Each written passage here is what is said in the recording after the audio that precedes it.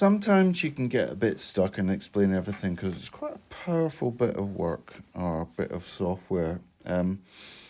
What I find is that we have the ability to have individual elements on the screen. You can see that there. We've got all these individual elements, but you probably saw in the last video when I was looking at the recording tools that actually I managed to move all of them at the same time. Click the inspector. You can then select everything and then group them. And then what you end up with is the ability to move everything around the screen. Okay, so there might be a time where you might want to select lots of things and then move them around individually. You then can, if you want to, click your information and select it all and ungroup them should you wish to.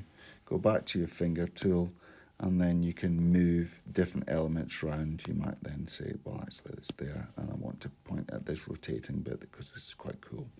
Okay, so that's grouping different things.